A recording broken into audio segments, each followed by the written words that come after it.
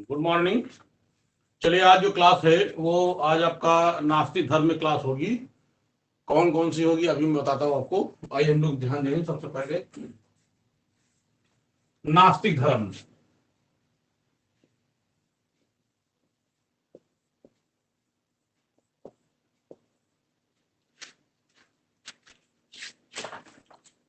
जहां तक कि नास्तिक धर्म की बात करते हैं तो कैसे इस नास्तिक धर्म का उदय हुआ, आइए थोड़ा इस पर ध्यान दें।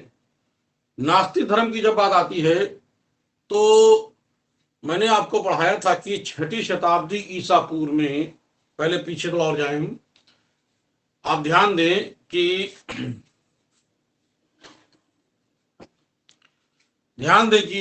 मैंने आपको बताया था कि वैदिक काल का जो समय है वो मैंने आपको बताया था कि 1500 से लेकर के 1000 ईसा पूर्व, 1500 से लेकर के 600 ईसा पूर्व तक की इसका समय होता है।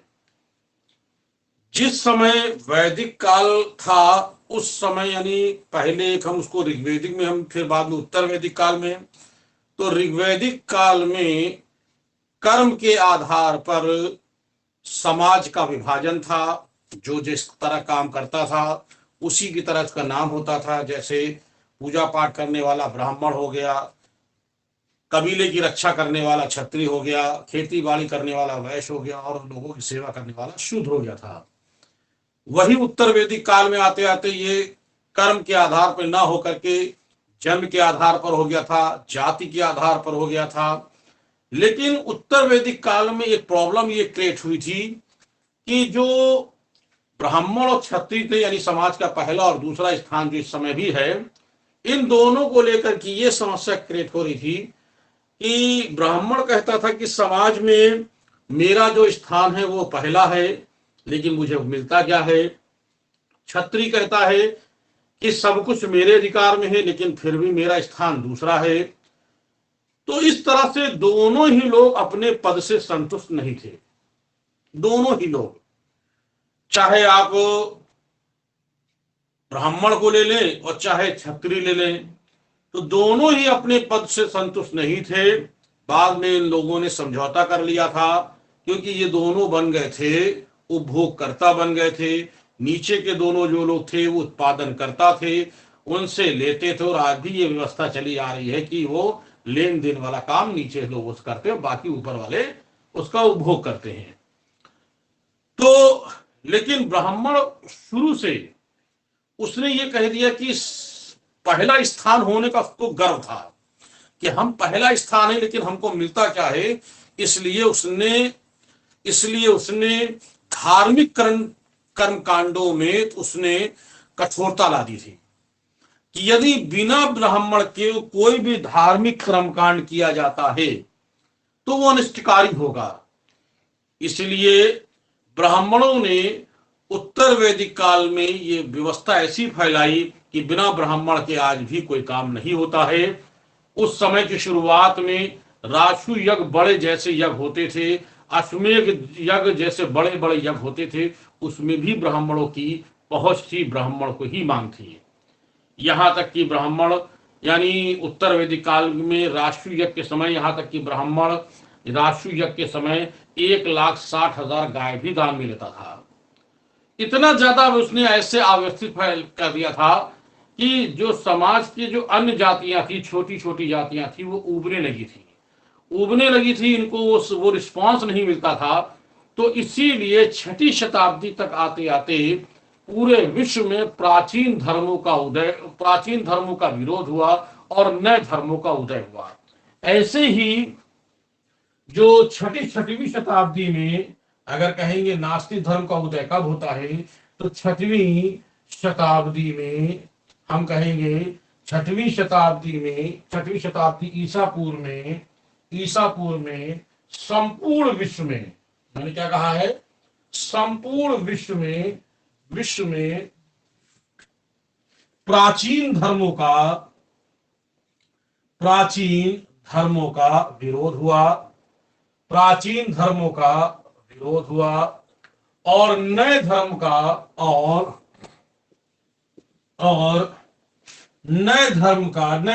का उदय हुआ। जो ईश्वर को नहीं मानता था, मैंने क्या कहा, जो ईश्वर को नहीं मानता था, वो कहता कि हम ईश्वर को नहीं मानते हैं, नए धर्मों का उदय हुआ। उदय हुआ हुआ जो जो ईश्वर को नहीं मानता था, यानी स्वयं ही अपने को ईश्वर मानता था, यानी ये खुद ही बन गया, बाद में ईश्वर बन गए। तो ऐसे में जो ईश्वर को नहीं मानता था, वे नास्तिक धर्म कहलाए। वे नास्तिक धर्म कहलाए।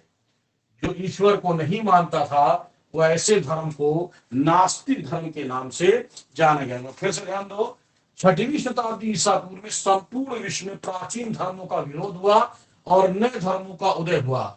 जो ईश्वर को नहीं मानता था, ऐसे धर्मों को, यानी वे नास्तिक धर्म कहलाए। जैसे नास्तिक धर्म कहलाने वाले, हम ये बात करते हैं कि कौन कौन से ऐसे नास्तिक धर्म कह सकते हैं। जैसे हम कह सकते हैं कौन सा, जैसे हम कह सकते हैं कि चीन में कन्फ्यूशियस, चीन में क्या लिखा मैंने, कन्फ्यूशियस धर्म, चीन में कन्फ्यूशियस धर्म और लाओत्से धर्म। कौन सा, लाओत्से धर्म। ये धर्म जो था, ये ईश्वर को नहीं मानता है, नास्तिक धर्म कहलाया। इसी तरह से ईरान में जरथुस्त्र, ठीक है, ईरान में जरथुस्त्र धर्म। यूनान में पैथागोरस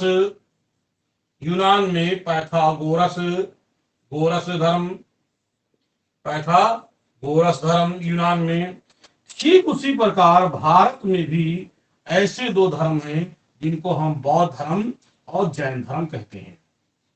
बौद्ध धर्म और जैन धर्म, ये दो जो है, ये दो धर्म जो है भारत के, जो ईश्वर को नहीं मानते, जैन धर्म, बौद्ध धर्म और जैन धर्म। ठीक है, अब इसमें कहा जाए कि पहले कौन सा धर्म है, कि जैन धर्म है कि बौद्ध धर्म है। पहले जो धर्म है वो बौद्ध धर्म है, क्योंकि बौद्ध धर्म का जो उदय हुआ है, वो यानी गौतम बुद्ध का जो जन्म हुआ है वो 500, अभी मैं बताऊंगा, 563 में, और महावीर स्वामी का जो जन्म है वो है 540 में। लेकिन प्राचीन अगर देखा जाए, ऐतिहासिकता आधार पर देखा जाए कि पहले कौन सा, यानी महावीर और उनको छोड़ करके, तो जैन बहुत पुराना मान सकते, क्योंकि इसका जो उदय हुआ है वो कहते हैं वो प्राचीन काल से है, यानी सिंधु से। लेकिन पहले हम आपको बौद्ध धर्म बताएंगे, बाद में आपको जैन धर्म बताएंगे, क्योंकि महावीर के बारे में बताना है। तो इस तरह से ये ध्यान दीजिएगा कि 6वीं शताब्दी ईसा पूर्व में ये धर्म थे जो नास्तिक धर्म कहलाए, और कौन कौन सा धर्म क्या कहा कहलाया। लेकिन हमको केवल बौद्ध और जैन ही पढ़ाना है इसमें, ठीक है। तो चलिए आगे हम लोग बढ़ते हैं।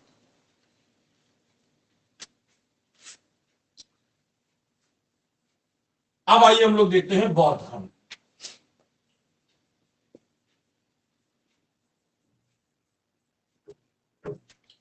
बौद्ध धर्म के संस्थापक क्या लिखेंगे,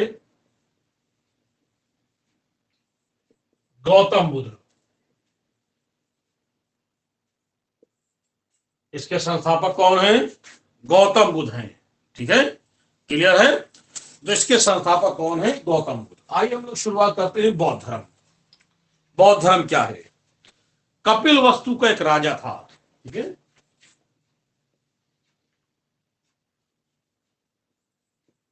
कपिल वस्तु का राजा, जिसका नाम था शुद्धोधन,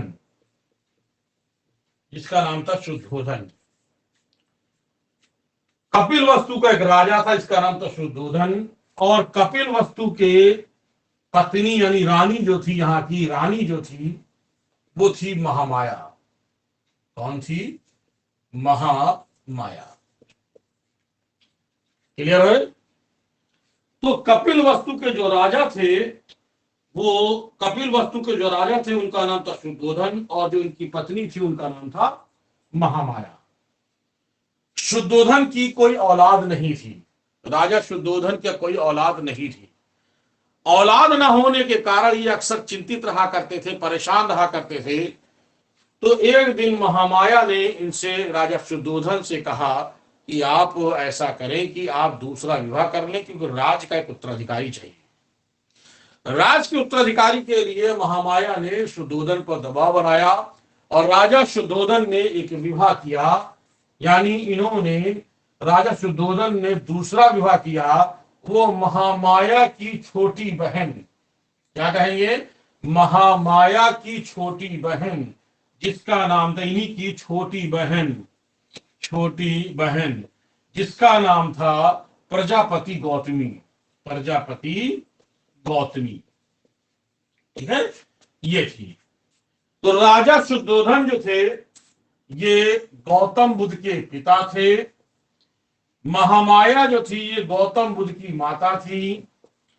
प्रजापति गौतमी जो थी ये गौतम बुद्ध की मौसी थी। मौसी कह लें या सौतेली मां, या इनको हम सौतेली मां भी कह सकते हैं, ठीक है। तो इस तरह से कपिल वस्तु के राजा शुद्धोधन ने विवाह कर लिया। इनसे भी कोई पुत्र की प्राप्ति नहीं हुई काफी समय तक की। एक दिन राजा शुद्धोधन की पत्नी महामाया ने स्वप्न में देखा कि कुछ अप्सराएं, कुछ जो है परिया टाइप की थी, जो इनको एक सफेद महल, उनको एक तालाब के पास ले गई। वहां पर उनको स्नान कराया। स्नान कराने के बाद, स्वप्न में देख रही हैं, स्नान कराने के बाद एक सफेद महल में ले गई। उस सफेद महल में उनको जाके एक बहुत बड़े पलंग पे लिटा दिया गया, बेड पे लिटा दिया गया। वहीं बैठे सोच रही थी तो उनके सामने एक पिलर था। उस पिलर पे एक हाथी, ऐसे एक पिलर था, उस हाथी का खिलौना ऐसे ऐसे घूम रहा था। वो देखते देखते बादल बन गया और उनके गर्भ में समा गया। जब उनके गर्भ में समा गया, अचानक उनकी आंख खुल गई। तो उन्होंने, यानी महामाया ने अपने पति शुद्धोधन को बताया। तो राजा शुद्धोधन ने इस पर विचार करवाया तो पता ये चला कि आपके यहाँ बहुत ही जल्द ही एक पुत्र की प्राप्ति होगी, जो उसमें विचार कराया। खैर, वो सपना सुबह का था। सुबह का सपना कहते सच होता है, और वो सपना उनका सच हुआ। और कुछ दिन बाद महामाया जो है वो गर्भवती हुई, ठीक है। कुछ दिन महामाया जो है वो गर्भवती हुई। महामाया जो गर्भवती हुई, उसके बाद महामाया गर्भवती हुई। महामाया को, या ये कह लो कि प्राचीन काल में एक परंपरा थी कि जो प्रथम बच्चा होता है उसका जन्म मायके में होता है। और अभी भी बहुत सारे लोग मानते हैं कि पहले बच्चे का जन्म जो है उसके मायके में होना चाहिए। यानी लड़की के घर, जो लड़की घर जहां पर उसने जन्म लिया था, वहां उसका जन्म होना, जिसको मायका कहते हैं या मातृ स्थान कहते हैं। तो पहले बच्चे का जो जन्म मायके में होना था, यानी मातृ स्थान पर, यानी होना था,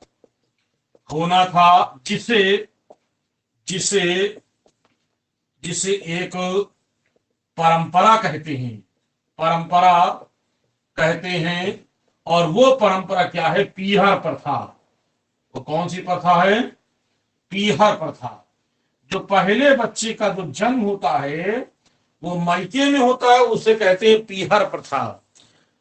DD1 पे एक नाटक आता था पीहर प्रथा, तो आप इसको देख सकते हैं। पीहर का मतलब होता है जो है मायका। तो पीहर प्रथा के अनुसार उस बच्चे का जन्म मां के, यानी मायके में जन्म, यानी लड़की जो बच्चा जन्म लेगा उसके ननिहाल कह लीजिए। तो इसलिए महामाया का जो घर था, वो इनका जो मायका था वो कहा था देवदा था। इनका जो महामाया का जो घर था वो कहा था? देवदा नामक स्थान पे था। अब क्योंकि एक रानी थी, इसलिए पूरा से इनको सब कुछ इनको तैयार किया गया, और ये अपने जो है सब कुछ लेकर के वो अपने मायके की ओर चल पड़ी। साथ में उनके साथ बहुत सारे सैनिक वानी साथ में चल रहे थे। रास्ते में रात हो गई तो वो स्थान था लुम्बिनी। लुम्बिनी में इन्होंने वहीं पर इस रुके, और लुम्बिनी में ही जिस पेड़ के नीचे रुकी थी ये महिला, जिनका नाम था महामाया, तो वो था साल के वृक्ष।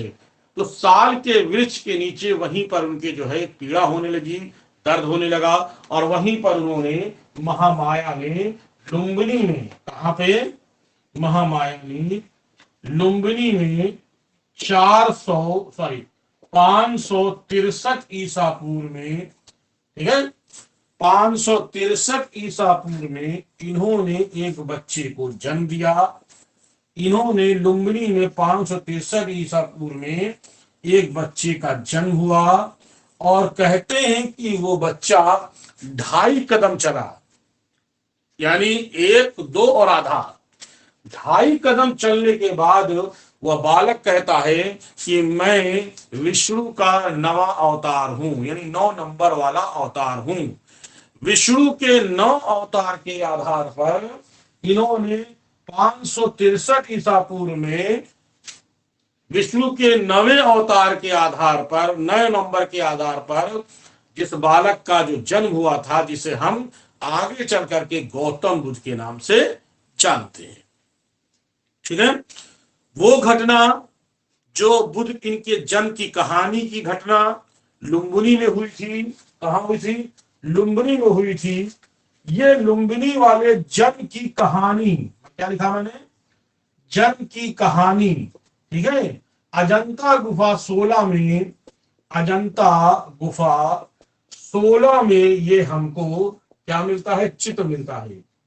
अजंता गुफा 16 में बुद्ध के जन्म की कहानी का चित्रण हमें अजंता की गुफा संख्या 16 में इसका चित्रण मिलता, मैंने ऊपर लिख दिया है, ठीक है। जहां पर इनका जन्म हुआ था तो याद रखिए लुम्बिनी में जन्म हुआ था। कब हुआ? तो मैंने बताया 563 ईसा पूर्व में उस बालक का जन्म हुआ था। जिस स्थान पर, यानी जिसके स्थान पर गौतम बुद्ध का जन्म हुआ था, उसी स्थान पर कालांतर में, कालांतर मतलब कि आगे चलकर भविष्य में, सम्राट अशोक ने, इसने सम्राट अशोक ने इसी स्थान पर, किस स्थान पर? लुम्बिनी पर, ऐसे समझ सकते हैं, सम्राट अशोक ने लुम्बिनी नामक स्थान पर, यहीं पर एक पाषाण स्तंभ, एक पाषाण स्तंभ गड़वाया था, ठीक है, गड़वाया था, जिस पर लिखा था शाक मुनि का जन्म स्थल। क्या लिखा था? शाक मुनि का जन्म स्थल। गौतम बुद्ध इनको कहते थे शाक, गौतम कहे, अशोक इनको कहता था शाक मुनि। आगे चल करके जब अशोक आएगा तो अशोक ने अपने शासन काल में लुम्बिनी में एक पत्थर गड़वाया, पाषाण मतलब पत्थर, एक पत्थर गड़वाया, और उस पत्थर पर लिखा था शाक मुनि का जन्म स्थल। तो ये पत्थर कहाँ है? तो आप कहोगे लुम्बिनी में है। तो इस शाक मुनि जन्म स्थल की, इस शाक मुनि जन्म स्थल की घटना का उल्लेख हमें रुम्मन देई अभिलेख मिलता है। किसमें मिलता है? तो आप कहेंगे रुम्मिन देई अभिलेख में, इसमें मिलता है। तो आप कहोगे रुम्मन देई अभिलेख में मिलता है। याद कर लीजिएगा, ठीक है। अब क्योंकि हिस्ट्री के आधार पढ़ा रहे हैं तो इसमें परिवर्तन बहुत कुछ है, कला के आधार पर बताते हैं, लेकिन उसमें वो सब चीजें छोड़ जाते हैं। हिस्ट्री के आधार पर आपको हम बेसिक चीजें भी और साथ में हर चीज बताएंगे। तो इस घटना, शाक मुनि के जन्म स्थल वाली जो घटना लिखा हुआ है लुम्बिनी वाली कहानी का, वो रुम्मन देई अभिलेख में इस घटना का उल्लेख हमको मिलता है। तो चलिए आगे बढ़ते हैं। अब क्योंकि उस बच्चे का जन्म हो चुका था, ठीक है, उस बच्चे का जन्म हो चुका था, तो अब देवदा जाना उचित नहीं था। इसीलिए महामाया जो है, कौन? महामाया वापस कपिलवस्तु आ गई, क्योंकि अब तो जन्म हो ही चुका है।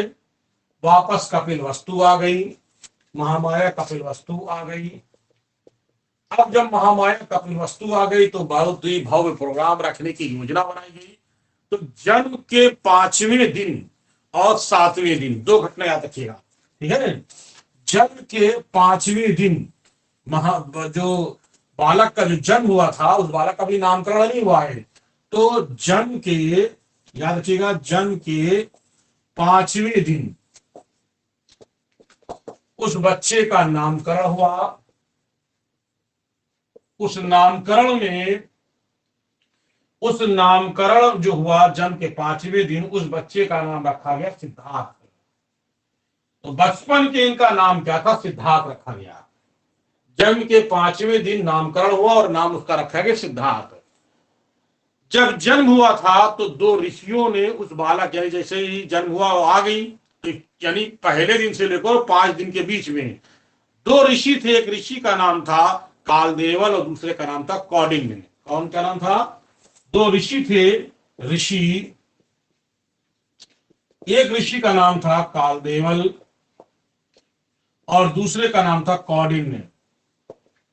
इन दोनों लोगों ने भविष्यवाणी की थी कि ये बालक बड़ा होकर के या तो ये चक्रवर्ती, या तो ये चक्रवर्ती सम्राट बनेगा, या एक साधु संत होगा।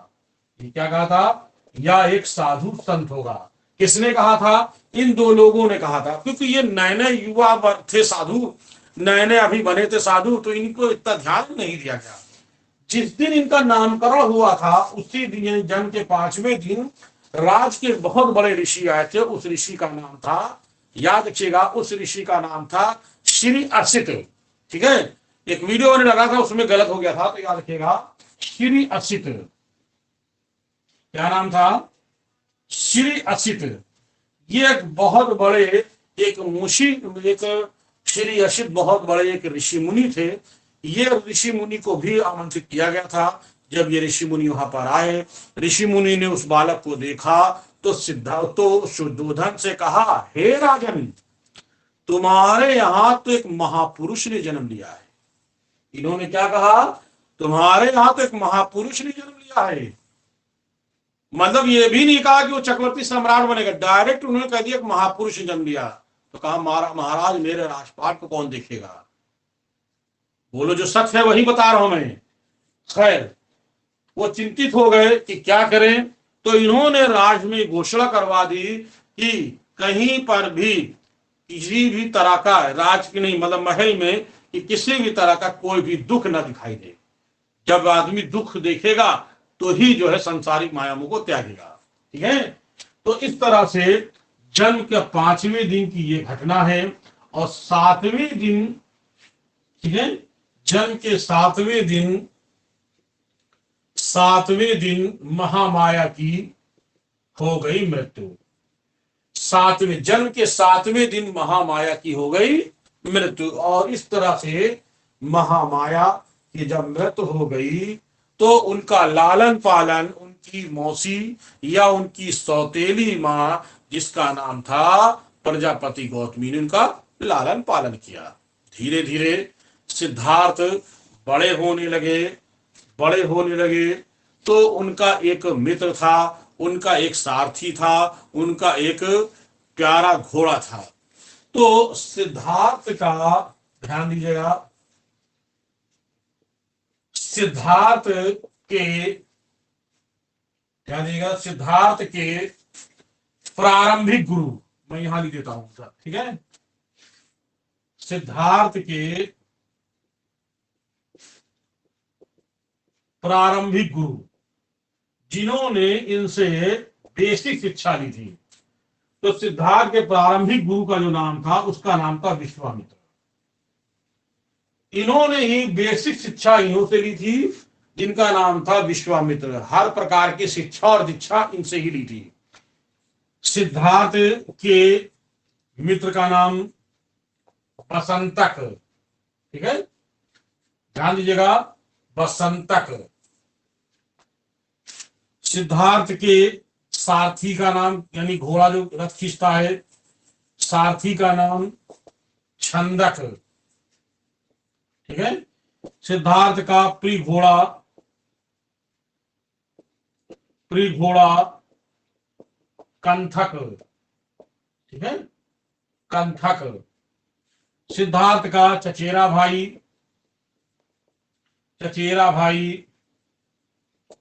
उसका नाम था देवदत्त। क्या नाम था? देवदत्त। सिद्धार्थ का मौसेरा भाई, मौसेरा भाई जिसका नाम था नंद। ठीक है, सिद्धार्थ का मौसेरा, मौसेरा भाई जिसका नाम था नंद। सिद्धार्थ का, ठीक है, सिद्धार्थ का, नहीं आप कहेंगे गौतम बुद्ध का, नहीं, सिद्धार्थ का प्रथम धार्मिक गुरु, धार्मिक गुरु, तो धार्मिक गुरु का नाम था ऋषि अलाढ़। अलाढ़ ऋषि कह लें या अलाढ़, या कह सकते हैं हम, या कह सकते हैं इनको अलार कलाम। ठीक है, या कह सकते हैं अलार कलाम। क्लियर हो रहा है? और इसके बाद अब ऐसे ही सुन लीजिए, मैं बता देता हूं। सिद्धार्थ का प्रिय शिष्य आनंद, सिद्धार्थ के प्रथम अनुयायी तपस्सुमल, अभी मैं लिखूंगा तपस्सुमल। सिद्धार्थ का अंतिम अंतिम जो अनुयायी था या भिक्षु कह लें, उसका नाम था अभी सुभद्र। सिद्धार्थ के प्रथम भिक्षु, 5 साधु, मैं अभी लिखूंगा आगे। तो ये सब सिद्धार्थ के भी नाम आएंगे, मैं आगे बताऊंगा। तो सिद्धार्थ के प्रारंभिक गुरु जो विश्वामित्र थे, इनसे इन्होंने शिक्षा और दीक्षा, ध्यान दीजिए, शिक्षा और दीक्षा। दीक्षा का मतलब क्या होता है? जो घुड़सवारी, तलवारबाजी आदि चीजें इन्होंने इनसे सीखी थी। मित्र कौन था? बसंतक था। बसंतक की कहानी क्या है, थोड़ा सा एक बार सुन लें। बसंतक की कहानी यह है कि इनका एक मित्र था, ये अक्सर उसके साथ ही रहते थे, लेकिन सिद्धार्थ बहुत शांत स्वभाव के थे। एक दिन बसंतक ने सिद्धार्थ से कहा, यार तुम्हारा तो बहुत अच्छे दिन है, तुम तो राजा ही बनोगे। तो इस पर सिद्धार्थ ने कहा कि ऐसा किस काम की राजा जो है, एक राजा और बाकी सब जो है वो दुख में, एक राजा सुख में बाकी सब दुख में व्यतीत करे, ऐसा हमको नहीं चाहिए। तो ये बसंतक इनका मित्र था। छंदक जो इनका घोड़ा खींचने वाला, घोड़ा यानी रथ खींचता था, और कंथक इनका एक प्रिय घोड़ा था गौतम बुद्ध का। देवदत्त इनका चचेरा भाई था जो शुरू से इनसे ईर्ष्या करता था।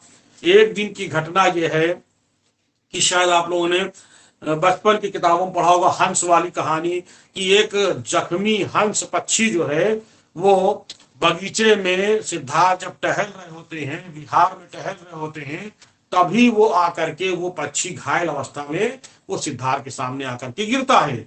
सिद्धार्थ उसको उठा ले तो पीछे से दौड़ता हुआ तीर धनुष लेकर के आ रहा होता उसका चचेरा भाई देवदत्त। देवदत्त कहता है कि ये मैंने इसका आक्षेप किया, इसके मुझे वापस को। तो उसने कहा कि ये अपने गंतव्य की ओर जा रहा था, पर इसके कुछ बच्चे इंतजार कर रहे होंगे, इंतजार मतलब प्रतीक्षा कर रहे होंगे। इस तरह से दोनों में आपस में बहस हुई, लेकिन सिद्धार्थ ने नहीं दिया। वो कहा मैं महल में जाके शिकायत करूंगा करके देवदत्त ने कहा। तो कहीं जाओ। देवदत्त जो है महल में आए, उस वक्त सभा लगी हुई थी, राजा शुद्धोधन बैठे हुए थे। देवदत्त ने पूरी कहानी बताई कि मैंने इसका शिकार किया है और ये मेरा है। तो सभी लोग कहते हैं भाई जो शिकार करता है वो चीज उसी की होती है। लेकिन जब इनसे पूछा गया कि ऐसा तुमने क्यों किया सिद्धार्थ, तो सिद्धार्थ ने पूरी घटना बताई कि ये जो है अपने गंतव्य की ओर जा रहा था, इन्होंने ऐसा कर दिया, और जब ये आके मेरे पास गिरा तो मैंने इसको बचाया। और मैं समझता हूँ मारने वाले से बचाने वाला बड़ा होता है। ये बात जब सब कही तो सब लोग हाँ भाई ये बात तो सही है कि मारने वाले से बचाने वाला बहुत बड़ा होता है। तो वो जो है फैसला, निर्णय जो है वो सिद्धार्थ के पक्ष में गया। सिद्धार्थ ने उसका सही करके, उसका इलाज करके उसको वापस उड़ा दिया। यहीं से देवदत्त उससे ईर्षा करने लगा था। अभी आगे क्या क्या घटना करेगा मैं आगे बताऊंगा। तो ये है, इसका एक मौसेरा भाई था जो बाद में हमको किताबों में लिखा है। ये इनके धार्मिक गुरु थे अलाड़ ऋषि और अलार कलाम। श्री अलाड़ ऋषि और अलार कलाम, ये आगे हम आपको बताते हैं। तो चलिए, इस तरह से जो सिद्धार्थ थे वो अक्सर वो एकांत में ही रहा करते थे। उनको जो है, उनको अलग शांत रहने के ज्यादा उनको अच्छा लगता था। तो इसीलिए ध्यान देना, तो इसीलिए महामाया ने देखा कि हमारा इस बालक जो अशांत रहता है, तो महामाया और राजा शुद्धोधन ने इसका विवाह करने की योजना बनाई और एक स्वयंवर कराया। ठीक है, स्वयंवर कराया। तो जब स्वयंवर कराया तो स्वयंवर तो आप जानते ही क्या होता है कि उसमें, बल्कि इनका मन नहीं था विवाह करने का। तो स्वयंवर में इनको लाया गया और महिलाएं इनके सामने से निकल रही थी, तो ये उठा के सर नहीं देखते थे। जो थाल में जो थाल में बहुत सारे वो रखी थी, क्या कहते हैं, हीरे मोती रखे थे, जो भी थे आभूषण, वो ऐसे उठाते थे और उसकी झोली में, उस कन्या की झोली में डाल देते थे। तो कहते हैं कि घटना जैसे किताब में लिखा हुआ है कि जब एक कन्या उधर से निकली गुजरी, तो शायद उस थाल में था नहीं, तो उन्होंने उसकी तरफ देख लिया तो कहा अच्छा, इसका मतलब सिद्धार्थ को यही कन्या पसंद आई, और उस कन्या का नाम था यशोदा। क्या नाम था उस कन्या का? नाम था, ध्यान दीजिएगा, इनसे जो हुआ उसका नाम था यशोधरा। उस कन्या का यानी इनकी जो पत्नी बनी, वो इनकी पत्नी कौन थी? यशोधरा। जिसको बौद्ध साहित्य में इसे यशोधरा को बिंबा, क्या कहते हैं, बिंबा, गोपा और धृत कच्छना, बौद्ध साहित्य में यशोधरा का नाम बिंबा, गोपा, भृत कच्छना के नाम से जाना गया है। और यशोधरा और सिद्धार्थ का जो विवाह हुआ था वो क्या था? वो एक स्वयंवर था। ठीक है, स्वयंवर के आधार पर इनका विवाह हुआ था। तो इस तरह से ध्यान दीजिए कि आप लोग, कि मैंने आपको बताया कि इनका विवाह कैसे हुआ था। और इनका एक पुत्र था, पुत्र का नाम था राहुल। ये इनका पुत्र था, पुत्र का नाम था राहुल। आप वहीं पर लिख सकते हो जहां जहां मैंने बताया है, ध्यान देना। पुत्र का क्या नाम था? राहुल था। तो अब एक बात ध्यान दीजिए, जो उनका पुत्र राहुल था, एक मिनट, खुशबू, धीरज, स्नेहा, ठीक, रेगुलर रहा करो स्नेहा, ठीक है। तो इनके जो पुत्र जो राहुल था, ध्यान देना, पुत्र राहुल जो था, ये इनका जन्म हुआ था। खैर, फिलहाल अभी हम आपको आगे बताते क्या घटना हुई है। इस तरह से उनके जीवन से जुड़ी घटनाएं थी, यानी जिनको हम सिद्धार्थ कहते थे। सिद्धार्थ को एकांत तो पसंद था। तो एक दिन सिद्धार्थ ने कहा कि मैं बाहर जाऊंगा घूमने। तो कह दिया राज में कहीं दुख ना दिखाई दे, इसलिए छंदक, कंठक और सिद्धार्थ, तो मैं दोनों एक साथ, चारों घटना एक साथ बताते हैं। तो बुद्ध के जीवन से संबंधित, ध्यान देना, जीवन की चार घटनाएं, जीवन की चार घटनाएं, इन चारों घटनाओं का उल्लेख अजंता गुफा 16 में, अजंता गुफा 16 में इसका चित्रण है। जीवन की चार घटनाओं का चित्रण कौन कौन सा है? पहला क्या है? पहली घटना, बुद्ध के जीवन से जुड़ी जो पहली घटना क्या है? पहली घटना, इन्होंने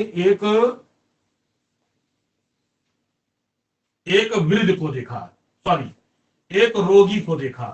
किसको देखा था? इनके जीवन से जो पहली घटना है, इन्होंने एक वृद्ध, सही कहा, इन्होंने एक वृद्ध को देखा। ये इनके जीवन की पहली घटना। दूसरी घटना क्या है? इनके जीवन की दूसरी घटना है, एक रोगी को देखा। तीसरी घटना क्या है? इन्होंने एक साधु प्रसंचित मुद्रा में, एक प्रसंचित मुद्रा में साधु को देखा। चौथी घटना क्या है? ठीक है, सॉरी, इन्होंने तीसरी में शमशान को देखा, एक शव को, तीसरी वाली में यह है, एक शव को शमशान घाट जाते देखा। ये तीसरी घटना। चौथी में एक साधु को देखा, एक ये है चार घटनाएं, एक बार फिर ध्यान दें। सबसे पहले इन्होंने एक वृद्ध व्यक्ति को देखा। जब इन्होंने अपने जीवन काल में एक वृद्ध व्यक्ति को देखा, बूढ़े को देखा, तो उनको लगा कि जीवन में सभी लोग अवश्य बूढ़े होंगे। ये पहली घटना है, लंबी कहानी लेकिन मैं शॉर्ट बता दे रहा हूं। एक रोगी को देखा, भैया जीवन में सब कोई एक बार जरूर अवश्य बीमार होता है। तीसरे में शव को शमशान घाट जाते हुए देखा, यानी कुछ लोग रो रहे हैं, यानी जो जीवन में आया उसकी मृत्यु निश्चित है। चौथी घटना देखा, साधु प्रसन्नचित मुद्रा में एक साधु जो है वो उस पेड़ के नीचे बैठा हुआ है। ये इनके जीवन की चौथी घटना है। इन चारों घटना से देख करके उनका हृदय जो है वो बड़ा ही अजीब हो गया। खास तौर से चौथी घटना से ये बहुत जो है प्रभावित हुए और उन्होंने कहा कि वास्तव में ये जो चौथी घटना घटी है यही सही है, यानी संसारिक माया मोह कुछ नहीं है, यानी मोक्ष की प्राप्ति ही सब कुछ है। घर पहुंचे तो कहा कि आपका पुत्र आया है। क्या हुआ? सर बूढ़ा बीमार होकर मर गया। हाँ? हेलो सर, मैं कोर्ट से याद किया था, बूढ़ा बीमार होकर मर गया, तो कभी भूलता नहीं था। मर गया, उसका अंतिम संस्कार हो गया। बूढ़ा बीमार होकर मर गया, लास्ट में सन्यासी, बस हो गया सर, कभी नहीं भूलेगा। नहीं, बूढ़ा सुने बता देते हैं, बूढ़ा बीमार होकर मर गया तो अंतिम तीसरे में अंतिम संस्कार भी तो हो गया, है ना सर? ठीक। तो चलिए आगे देखते हम लोग। तो इस तरह से चार घटनाएं जब उनके जीवन की घटी, जब घर आए तो कहा कि आपके पुत्र हुआ, तो कहा राहु आ गया, तो उससे पड़ गया उसका नाम राहुल। खैर, बड़े एकांत रहते थे, चुप रहते थे। 16 वर्ष की आयु में इनका विवाह हुआ था। सिद्धार्थ का 16 वर्ष की आयु में विवाह हुआ था। 29 वर्ष की आयु में उन्होंने घर त्यागा, यानी कितने साल? 16 का 26, 13 साल तक उन्होंने संसारिक माया मोह को उन्होंने व्यतीत किया। फिर एक रात वो अचानक उठे। उठने के बाद वो सीधे कंथक के पास पहुंचे, छंदक के पास पहुंचे। छंदक से कहा कि सीधे जो है हमको चलना है जगह। तो उसने तो भाई पूछ सकता नहीं है। तो ये दोनों ये कुछ दूर गए और जाने के बाद उन्होंने कटार निकाली। कटार निकालने के बाद अपने बालों को ऐसे पकड़ा और अपने बालों को काट दिया। सारे आभूषण वगैरह जो है वो छंदक को दे कहा, जाओ पिताजी से कह देना कि तुम्हारा पुत्र जो है वो सन्यासी साधु संत हो गया।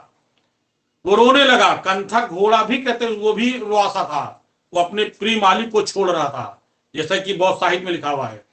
वापस जब आते सुबह सुबह जो है सिद्धार्थ वो बगीचे में टहल रहे होते हैं अपने विहार में, तो वो पूरी घटना बताता है छंदक। तो वो कहते हैं कि आज वो घटना, वो ऋषि मुनि की बात सत्य हो गई जो लोगों ने कहा था कि हमारा पुत्र एक सन्यासी होगा, वो सन्यासी निकल गया। तो गृह त्यागने को, यानी सिद्धार्थ का घर त्यागना बौद्ध साहित्य में, त्यागना बौद्ध साहित्य में कहा गया है महाभिनिष्क्रमा। क्या कहा गया इसको? महाभिनिष्क्रमा। बौद्ध साहित्य में इसे कहा गया है महाभिनिष्क्रमा। याद रखिएगा, मैं आपको कहानी से ज्यादा फैक्ट जरूर बता रहा हूं क्योंकि आपको वही चाहिए, ठीक है। महाभिनिष्क्रमा, सिद्धार्थ का घर त्यागना बौद्ध साहित्य में महाभिनिष्क्रमण के नाम से जाना गया। सिद्धार्थ कुछ दिन कपिल वस्तु में ही रहे। कितने दिन? 7 दिन। 7 दिन सिद्धार्थ कपिल वस्तु में रहे। क्या हुआ? 7 दिन कपिल वस्तु में रहे। कहां रहे? अनुपेय उद्यान में। कहां रहे? अनुपेय उद्यान में। याद कर लीजिएगा, अनुपेय उद्यान में 7 दिन उन्होंने व्यतीत किया। 7 दिन व्यतीत करने के बाद वो फिर से वो कपिल वस्तु छोड़ करके वो सीधे चले गए मगध की ओर चले गए। सिद्धार्थ कपिल वस्तु से मगध पहुंचे। मगध की राजधानी राजगृह पहुंचे। मगध में कहा? राजगृह पहुंचे। राजगृह में एक पहाड़ी है, विपुलचल पहाड़ी। विपुलचल पहाड़ी, पहाड़ी विपुलचल पहाड़ी, ये निरंजना नदी के पास था। कहां था? निरंजना, निरंजना नदी के पास में विपुलचल पहाड़ी पर पहुंचे और यहीं पर इन्होंने, सिद्धार्थ ने लगाया साधना। साधना का मतलब ये होता है एकांत में बैठ करके ध्यान मग्न हो गए। साधना इन्होंने यहां पर लगाया, साधना लगाया। साधना मतलब ध्यान मग्न, साधना लगाया। यहीं पर बैठे हुए थे, तब इनकी मुलाकात हुई ऋषि, मैंने शुरुआत बताया था, ऋषि अलाढ़ ऋषि से। किससे हुई इनकी मुलाकात? ऋषि श्री श्री अलाढ़ ऋषि से हुई। इन्होंने ही सिखाया था साधना कैसे की जाती है। मैंने शॉर्ट में लिख दिया है, साधना कैसे की जाती है, इन्होंने बताया। यानी पहली बार साधना का ज्ञान हुआ कि कैसे बैठ करके ज्ञान की प्राप्ति करना है, कैसे साधना में लीन होना है। यहीं पर जब रुके हुए थे तो उस समय मगध का जो शासक था वो था बिंबिसार। समझना मेरी बात को। बिंबिसार को जब ये पता चला कि एक कोई राजकुमार टाइप का एक जो है एक साधु आकर के वो विपुलचल पहाड़ी बैठा हुआ है, गोरा चिट्टा, मतलब गोरा मतलब राजकुमार तरह लगता है, तो ये उसके पास आए, कहा कि कौन हो तुम? तो पता ही चला कि वो कपिल वस्तु के राजा का पुत्र है।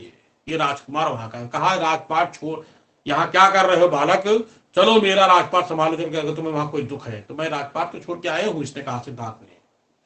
मैं ज्ञान की तलाश में निकला हूं। तो बोले ठीक है, जब तुमको ज्ञान प्राप्त हो तो एक बार अवश्य मगध जरूर आइएगा, राजगृह आइएगा। कुछ दिन तक वहां रहे सिद्धार्थ, और सिद्धार्थ फिर वहां से निकल करके, राजगृह से निकल करके ये चले गए वैशाली। कहां चले गए? ये चले गए वैशाली। ठीक है, ये कहां चले गए? ये चले गए वैशाली। वैशाली में एक आश्रम था, उस आश्रम का नाम था अलार कलाम आश्रम। अलार कलाम आश्रम। इस आश्रम पहुंचे। यानी ये अलार कलाम जो था यहां का मेन साधु था, उस साधु के शिष्य बन गए। ऐसे समझ लो, किताबों में लिखा हुआ है कि सिद्धार्थ जो गुरु था, जो धार्मिक गुरु कौन था, तो उसका नाम है अलार कलाम। लेकिन पहले कौन है तो आप कहोगे अलार ऋषि। मैं पीछे लिख चुका हूं, वो विकल्प नहीं हो तो इसको टिक मारेंगे। यहां पर कुछ दिन व्यतीत किया और अलार कलाम आश्रम में इन्होंने वेद, उपनिषद और महाभाष्य का ज्ञान प्राप्त किया। इसका वेद, उपनिषद और महाभाष्य का इन्होंने ज्ञान प्राप्त किया यहां पे। लेकिन पूर्णतया संतुष्ट नहीं थे, यहां पर भी वो पूर्णतया संतुष्ट नहीं थे। इसलिए वैशाली के एक दूसरे आश्रम पहुंचे। अच्छा, ये कितने, ये शिष्यों का गुरु था, ये 300 शिष्यों का गुरु था। 300 शिष्यों का गुरु था। फिर पहुंचे 700 शिष्यों का गुरु। 700 शिष्यों का गुरु का नाम था, उस आश्रम का नाम भी वही था, उसका नाम था रुद्रक रामपुत्र आश्रम। रुद्रक रामपुत्र आश्रम। यहां पहुंचे, 700 शिष्यों का गुरु था। यहां रह करके इन्होंने संज्ञा और असंज्ञा, यानी क्या सत्य है और क्या असत्य है, क्या सत्य है और क्या असत्य का ज्ञान प्राप्त किया रुद्रक रामपुत्र के आश्रम में। यहीं पर पहली बार रुद्रक रामपुत्र आश्रम के सिद्धार्थ के मित्र जो वहां शिष्य थे, मित्रों ने सिद्धार्थ को पुकारा था गौतम। यही पहली बार इनका नाम पड़ा था गौतम। और गौतम जो है वो सिद्धार्थ का गोत्र है। यानी किस ऋषि मुनि से थे सिद्धार्थ, या कपिल वस्तु के राजा शुद्धोधन, तो कहेंगे गौतम गोत्र के थे। गोत्र का मतलब होता है ऋषि मुनि से चलता है, तो इसीलिए ये इनका नाम पड़ा गौतम। ध्यान देना, क्या नाम पड़ा? गौतम नाम पड़ा। और गौतम जो होता है ये इनका गोत्र है। क्या इनका है? इनका गोत्र है। किस ऋषि मुनि से है, तो ध्यान रखिएगा। ठीक है, क्लियर हुआ? ये इनका गोत्र है। तो इस तरह से रुद्रक रामपुत्र आश्रम में कुछ समय तक रहे, संज्ञा असंज्ञा ज्ञान लिया, लेकिन पूर्णतः संतुष्ट नहीं हुए और यहां से वो निकल पड़े वैशाली से। वैशाली से घूमते घूमते ये पहुंचे कहां? ये पहुंचे गया। गया का एक गांव है, कस्बा है, वहां है उर्वेला। गया के उर्वेला पहुंचे। जैसे कह सकते हैं कि इलाहाबाद प्रयागराज है तो यहाँ का कोई गांव, जैसे आप कोई लखीमपुर में रहे तो वहां का कोई गांव, ऐसे जिला ये, उसका कस्बा ये। गया के उर्वेला पहुंचे तो यहां पर इनको मिले 5 साधु। उन 5 साधुओं के नाम क्या थे? ध्यान देना। अज्य, अश्वप, मैंने क्या लिखा? अश्वप, महानामा, भद्दी, कौडिन्य। ये वही कौडिन्य है, ये वही कौडिन्य है जो, ध्यान देना, ये वही कौडिन्य है जो बचपन में इनके बारे में भविष्यवाणी की थी, ये बड़ा होकर चक्रवर्ती सम्राट या साधु बनेगा। यानी इस समय गौतम बुद्ध जो थे वो 29 वर्ष के थे। 29 वर्ष की अवस्था में इन्होंने घर त्यागा था। तो ये, और उससे बड़े ही साधु होंगे, मान लो 20-50 क्यों भी हो सकते हैं, 50-60 क्यों भी हो सकते हैं। तो ये एक साधु थे। कौन कौन थे? अज्य, अश्वक, महानामा, भद्दी, कौड़ी। 5 साधु कहां मिले? उर्वेला मिले। और ये पांचों साधु, ये पांचों साधु एक एक पेड़ पर, अलग अलग पेड़ पर, किस पेड़ के नीचे? बरगद के वृक्ष के नीचे बैठे हुए थे। तो ये भी एक पेड़ पकड़ लिए, 6 पेड़ हो गए। कौन सा? बरगद का वृक्ष। यानी 5 थे, एक और साधु शामिल हो गए। यानी कौन? गौतम शामिल हो गए। बुद्ध नहीं कहेंगे, गौतम या सिद्धार्थ का, गौतम हो गए ना उनका नाम, तो गौतम शामिल हो गए, या कहे तो सिद्धार्थ शामिल हो गए। तो एक साधु एक पेड़ के नीचे। पेड़ कौन सा? बरगद का पेड़। बुद्ध ने सर्वप्रथम किस पेड़ के नीचे साधना में लीन हुए थे? वो पेड़ का नाम था बरगद का पेड़। ध्यान रखना मेरी बात को। बुद्ध किस पेड़ के नीचे सर्वप्रथम साधना में लीन हुए थे? उस साधना का, उस पेड़ का नाम था बरगद। कितने साल उन पर वह? 6 साल तक की। बुद्ध ने 6 वर्ष तक कठोर तपस्या किस पेड़ के नीचे की? तो कहेंगे, छठा यहां मैं लिख दे रहा हूं, बुद्ध। बुद्ध नहीं कहेंगे, गौतम या सिद्धार्थ। ये 6 व्यक्ति 6 पेड़ के, अलग अलग पेड़ के नीचे बैठ गया। याद रखिएगा, वृद्ध के नीचे। तो गौतम और ये पांचों साधु 6 वर्ष तक कठोर तपस्या की। ठीक है, बरगद के वृक्ष के नीचे। कंफ्यूज मत होइएगा, समझ रहे मेरी बात को? मैंने कहा बरगद, पीपल नहीं बोला मैं। बरगद के वृक्ष के नीचे 6 वर्ष तक उन्होंने कठोर तपस्या की। 6 जोड़ दिया मैंने इसमें। 35 साल हो गए इनको। एज इनकी 35 साल की हो गई। ज्ञान की प्राप्ति नहीं हुई, ना ही किसी को नहीं हुई। इनको लगा कि अब कुछ मिलना नहीं है। आंख खोल दी इन्होंने। कहते उर्वेला की एक एक ग्वाले की पुत्री थी, उसका नाम था सुजाता। क्या नाम था? उसका नाम था सुजाता। एक ग्वाले की पुत्री थी, उसका नाम था सुजाता।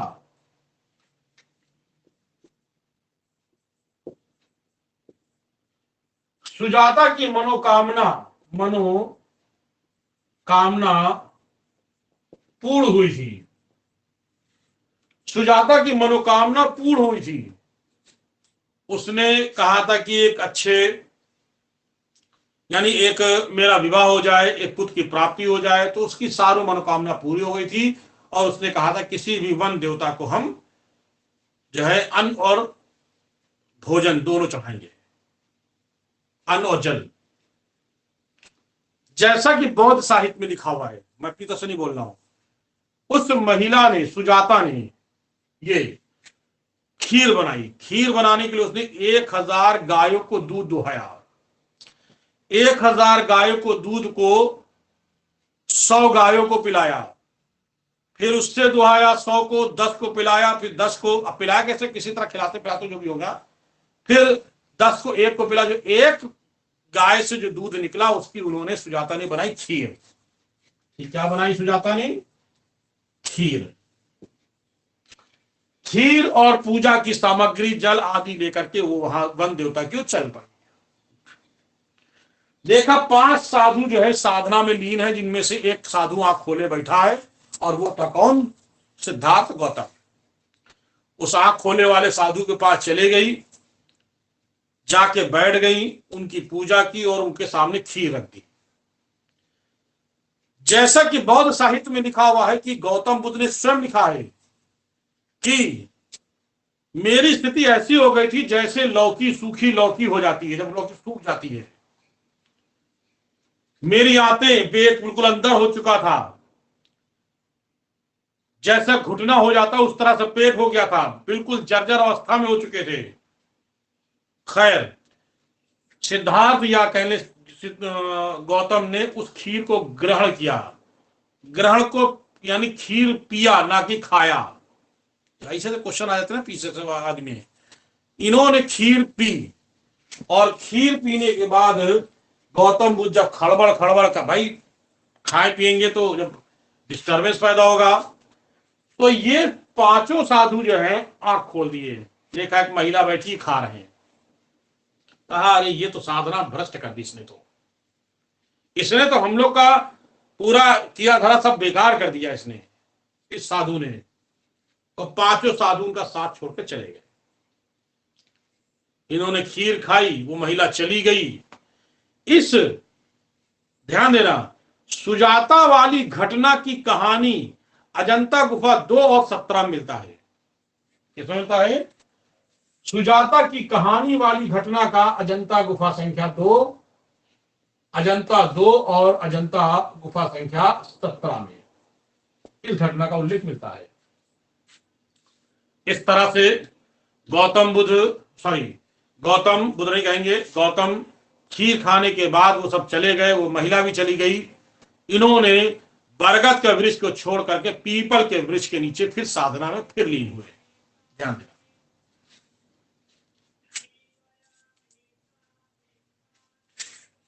ध्यान देना, ऐसे कहानी है। क्वेश्चन अगर आएगा कि सर्वप्रथम 29 वर्ष की अवस्था में जब साधना में लीन हुए तो कहां हुए थे? तो लीन जब हुए थे तो वो हुए थे बरगद के वृक्ष के नीचे। पहले 6 साल कहां व्यतीत किए थे? बरगद के नीचे। पीपल नहीं लगाएंगे आप। फिर इन्होंने उर्वेला में ही, कहा? गया के उर्वेला में ही इन्होंने पीपल का वृक्ष पकड़ा। पीपल का वृक्ष, ठीक है। पीपल के वृक्ष में 7 दिन 7 रात कठोर तपस्या की। इतनी कठोर तपस्या की कि इनको 8वीं रात को वैशाख पूर्णिमा थी।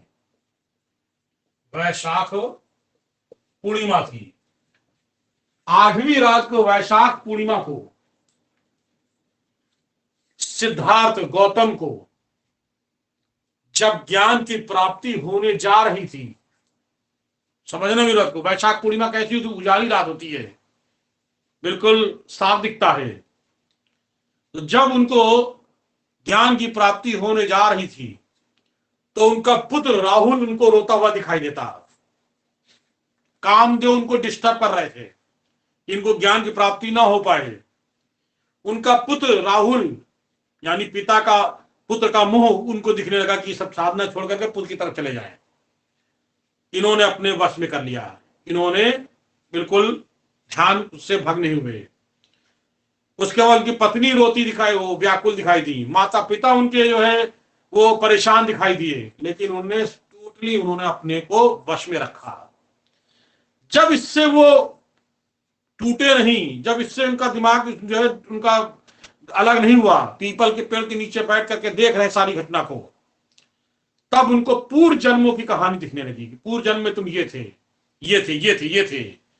तो इस तरह से पूर्व जन्मों की कहानी का अस्तित्व कब आया? ज्ञान की प्राप्ति के समय। याद कर लीजिएगा, वैशाख पूर्णिमा की रात को ज्ञान प्राप्त करते समय, पूर्णिमा को ज्ञान प्राप्त करते समय, ज्ञान ना कहेंगे मोक्ष, मोक्ष प्राप्त करते समय इनके घटना दिखने लगी पूर्व जन्मों की कहानी, पूर्व जन्मों की कहानी। याद कर लीजिएगा, पूर्व जन्मों की कहानी का हमें घटनाक्रम कब मिलता है? जब उनको ज्ञान की प्राप्ति हो रही थी, मोक्ष की प्राप्ति हो रही थी। तो यह है जन्मों की कहानी। पूर्व जन्मों की कहानी हमें किसमें मिलती है? जातक कथा मिलती है। किसमें मिलती है? जातक कथाओं मिलती है। कुल कितनी जातक कथाएं हैं? कुल कितनी जातक कथाएं कहेंगे? कुल 547 जातक कथाएं हैं। कितनी हैं? कुल 547 जातक कथाएं। इन 547 जातक कथाओं का उल्लेख कहां मिलता है? इन 547 जातक कथाओं का उल्लेख हमको खुद्दक निकाय ग्रंथ मिलता है। ये बौद्ध ग्रंथ है, खुद्दक निकाय, खुद्दक निकाय, खुद्दक निकाय, खुद्दक निकाय ग्रंथ मिलता है। तो नोट कर ले इसको, पूर्व जन्मों की कहानी का उल्लेख जातक कथा में कुल कितनी? 547। इन 547 जातक कथा का उल्लेख किसमें मिलता है? खुद्दक निकाय मिलता है। याद रख लीजिएगा। हो गया? चलिए आगे बढ़ते हैं लोग। तो इस तरह से गौतम बुद्ध अभी नहीं कहेंगे हम, वैशाख पूर्णिमा को मोक्ष प्राप्त करते समय उनको मिला और 8वीं रात को उनको हुई ज्ञान की प्राप्ति। इनको हो गई ज्ञान की प्राप्ति हो गई।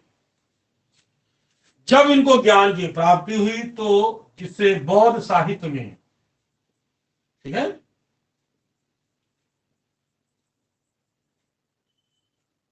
ठीक है, बौद्ध साहित्य में इनको क्या मिला? इनको ज्ञान की प्राप्ति हुई। आधी रात को वैशाख पूर्णिमा को इनको ज्ञान की प्राप्ति हो गई और इस तरह से बौद्ध साहित्य में उल्लेख मिलता है कि इनका नाम पड़ गया क्या? बुद्ध।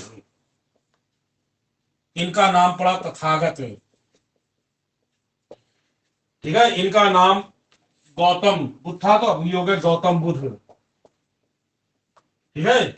गौतम बुद्ध, तथागत, ठीक है, प्रज्ञावान, क्या कहलाया? प्रज्ञावान। ये सब बौद्ध साहित्य में ज्ञान प्राप्ति करते समय इनका इन सब के नाम मिलते हैं। ध्यान रखिएगा, ये सब नाम इनके मिलते हैं। तो इस तरह से इनको जो है ज्ञान की प्राप्ति कहाँ हुई? तो मैंने आपको बताया कि उनको ज्ञान की प्राप्ति जो है उर्वेला में हुई। ध्यान रखिएगा, इनको किस पेड़ के नीचे? ध्यान रखिएगा, पीपल के वृक्ष के नीचे। मैंने आपको बताया इस पेड़ के नीचे उनको जो है ज्ञान की प्राप्ति हुई और ये तथागत प्रज्ञावान कुछ कहलाए। यहां तक कि आपको समझ में आ गया जिस पेड़ के नीचे ज्ञान की प्राप्ति हुई वो कौन सा पेड़ था? पीपल का वृक्ष। तो इससे कहा गया बोधि वृक्ष। इसे क्या कहा गया? बोधि वृक्ष। याद कर लीजिएगा, इसे बोधि वृक्ष के नाम से जाना गया। इस पेड़ के नीचे उनको ज्ञान की प्राप्ति हुई, उसे बोधि वृक्ष के नाम से जाना गया। इस पेड़ को आगे चाल करके गुप्त काल में गौड़ शासक, गौड़ शासक शशांक, कौन था? गौड़ शासक शशांक ने इसे कटवा दिया था। ब्राह्मण था गौड़ शासक, गुप्त काल में गौड़ शासक शशांक ने इसे कटवा दिया था पेड़ को, लेकिन फिर ये पेड़ लगाया गया। वर्तमान में जो पेड़ है वो पेड़ नहीं है जिस पेड़ के नीचे उनको ज्ञान की प्राप्ति हुई थी। पेड़ बल्कि वो पेड़ है जो बाद में लगाया गया था और कटवा दिया था। पुनः जो लगा गया था पेड़, इसको लगवाया किसने था? तो आप कहोगे अलेक्जेंडर कनिंघम ने। अलेक्जेंडर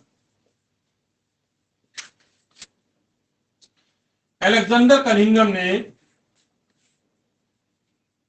लगवाया था। ठीक है, वर्तमान में जो पेड़ है वो अलेक्जेंडर कनिंघम के द्वारा लगाया गया पेड़ है। ये पेड़ कौन सा है? पीपल का वृक्ष। और पीपल ही का एक वैसा वृक्ष है जो O3 छोड़ता है। जितने भी पेड़ होते हैं वो सब O2 छोड़ते हैं। ठीक है, ऑक्सीजन छोड़ते हैं, वो सब O2 छोड़ते हैं। ये O3 छोड़ता है। O3 ozone. O3 क्या होता है? ओजोन। तो इस तरह से ध्यान रखिएगा कि पीपल के वृक्ष के नीचे उनको ज्ञान की प्राप्ति हुई और कालांतर में इसी वृक्ष के पास जो पहले था, ठीक है, इसी में जहां पर इनको ज्ञान की प्राप्ति हुई थी वो स्थान कौन सा है? उर्वेला गया है। यहीं पर पाल शासक, ठीक है, देवपाल ने एक मंदिर बनवाया है। उस मंदिर का नाम है बोध गया मंदिर। बोध गया मंदिर। ठीक है, कौन सा मंदिर? बोध गया मंदिर के नाम से जाना जाता है। अब आता है कि गौतम बुद्ध को जहां ज्ञान की प्राप्ति हुई तो किस नदी के किनारे हुई थी? ठीक है, तो गौतम बुद्ध को किस नदी के किनारे ज्ञान की प्राप्ति हुई है?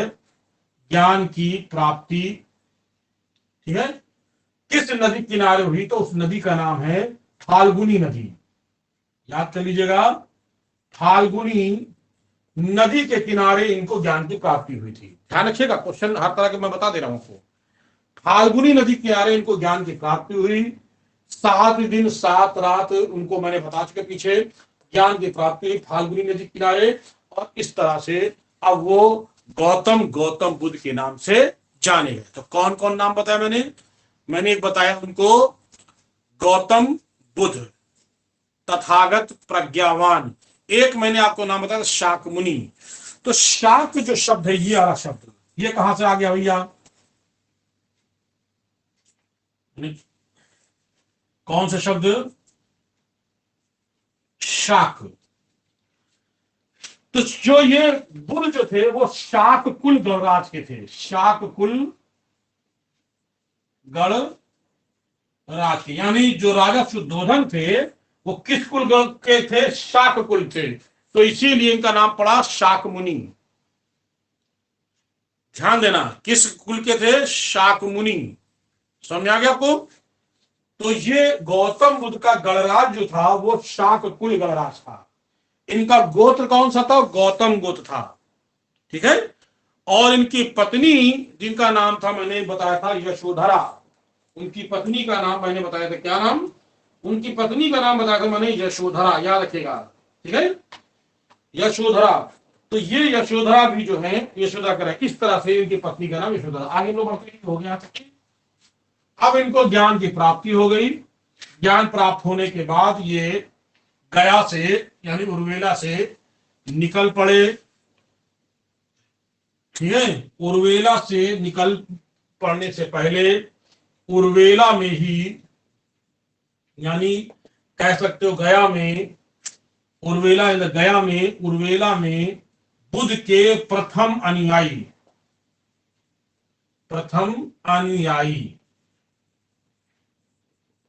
याद रखिएगा, प्रथम अनुयायी कौन होते हैं और भिक्षु कौन होते हैं? अनुयायी वो होते हैं जो संसारिक माया मोह को त्यागते नहीं है और ज्ञान की प्राप्ति, जो संसारिक माया मोह को त्यागते नहीं और किसी को मानते हैं।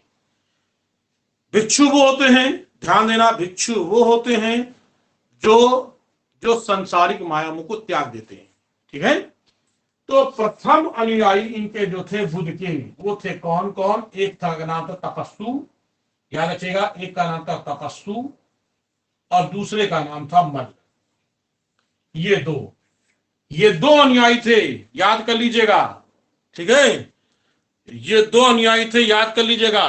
क्लियर हो रहा है?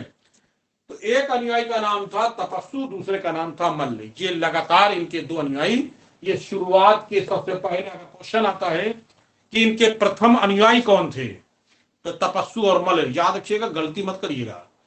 ठीक है, अब क्वेश्चन कहां से कब कैसे उठाए तो कोनो भरोसा नहीं है। ठीक है, तो प्रथम अनुयायी तपस्सु और मल्ल थे। फिर ये उर्वेला से निकल करके, यहां से निकल करके फिर ये आए सारनाथ, आए सारनाथ पहुंचे। सारनाथ जब पहुंचे तो यहां पर वो सारनाथ की गलियों में जा रहे थे, तभी वो 5 साधु जो उनके जीवन में कभी आए थे, वो 5 साधु यहां मिले। 5 साधु इनको मिले। कहां मिले? सारनाथ में। सारनाथ का प्राचीन नाम क्या है? सारनाथ का प्राचीन नाम है मृगदाव। इसका नाम है सारनाथ का प्राचीन जो नाम है, क्या नाम है, दिमाग से मिस हो रहा है, ऋषिपत्तन। हाँ, ऋषिपत्तन। ठीक है, क्या नाम है? ऋषिपत्तन। ठीक है, ऋषिपत्तन के एक स्थान, यानी सारनाथ का कह ले या ऋषिपत्तन कह ले, इसके एक स्थान है मृगदाव। मृगदाव, मृगदाव के हिरण नामक वन में। कौन सा वन है? स्थान का नाम मृगदाव और वन का नाम है हिरणवन। हिरणवन। इस वन में 5 साधु को, यानी सारनाथ कहने या ऋषिपत्तन इस नामक स्थान पर 5 साधु को इन्होंने अपना प्रथम क्या बनाया? भिक्षु बनाया। पहले भिक्षु, मैं बता चुका पीछे आपको नाम, आज्यवश, महानामा, भद्दी, कौंडिन्य, सब नाम बता चुके हैं। वो 5 साधु इनके बन गए प्रथम भिक्षु, जिससे बौद्ध साहित्य में क्या कहा गया? जल्दी बताओ मुझे, जिसे बौद्ध साहित्य में क्या कहा गया है? धर्म चक्र प्रवर्तन। बौद्ध साहित्य में धर्म चक्र प्रवर्तन, ध्यान रखना, बौद्ध साहित्य में धर्म चक्र प्रवर्तन के नाम से जाना जाता है। क्लियर हो रहा है? धीरे धीरे लोग कम हो रहे हैं, लग रहा कि जो है ज्यादा देर क्लास में जो है बैठ नहीं पा रहे हैं। खैर, तो इस तरह से मैंने बताया कि धर्म चक्र प्रवर्तन। क्लियर? ये लो, इस तरह से धर्म चक्र प्रवर्तन बौद्ध साहित्य में धर्म चक्र प्रवर्तन के नाम से जाना जाता है। गौतम बुद्ध वहां से सारनाथ से निकल के काशी पहुंचे। ठीक है, कहां पहुंचे? काशी पहुंचे। काशी में यहां पर इनको एक यश नामक व्यापारी मिला। यश व्यापारी, काशी में इनको यश नामक एक व्यापारी मिला। जो व्यापारी जो यश था, ध्यान देना, यश नामक जो व्यापारी मिला, वो व्यापारी जो यश था, वो अपने साथियों के साथ, अपनी माता पिता परिवार के साथ वो इनका अनुयायी बन गया। काशी में यश नामक व्यापारी बुद्ध का अनुयायी। अनुयायी का मतलब है कि मानना, संसारी माया मोह को त्यागना नहीं। यश नामक व्यापारी बन गया। इस तरह से बुद्ध के लगभग यहां पर अच्छे खासे अनुयायी हो चुके थे। इतने अनुयायी हो चुके थे कि बुद्ध ने काशी में ही प्रथम पुरुष संघ की स्थापना की थी। काशी में प्रथम पुरुष संघ की स्थापना गौतम बुद्ध ने की थी, याद रखिएगा। काशी में ही बुद्ध ने एक अनुयायी बनाया था, उसका नाम था अस्सजी। बुद्ध का एक और अनुयायी था, उसका नाम था अस्सजी। याद कर लीजिएगा, उसका क्या नाम था? अस्सजी। ठीक है,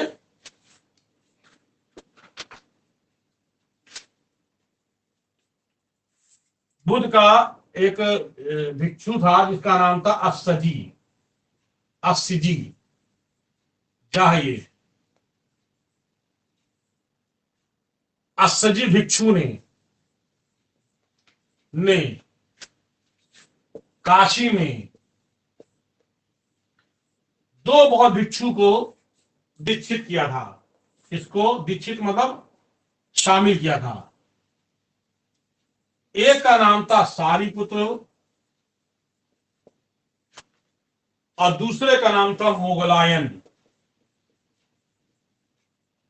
ये दोनों बना दिए गए भिक्षु। किसके थे शिष्य? गौतम बुद्ध के शिष्य थे, जो आगे चल के एक नामी ग्रामी शिष्य बने। तो सारिपुत्र और मोगलायन ये दोनों भिक्षु थे, दोनों जो है गौतम बुद्ध के शिष्य बने। इन दोनों की अस्थियां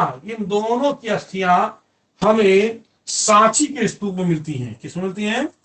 सांची के स्तूप में इन दोनों की अस्थियां हैं। ठीक, अस्थियां हैं। तो इस तरह से काशी में रहे। कुछ समय तक काशी में रहने के बाद बुद्ध जो है वहां से निकल करके फिर उर्वेला पहुंचे। कहां पहुंचे? उर्वेला पहुंचे।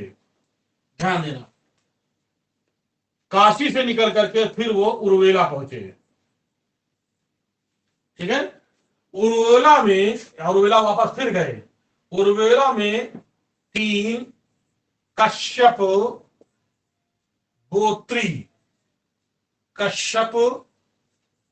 गोत्री ब्राह्मण, कश्यप गोत्री ब्राह्मण को दीक्षित किया, बौद्ध धर्म में दीक्षित किया। कौन कौन नाम है? 3 उर्वेला में कश्यप गोत्री।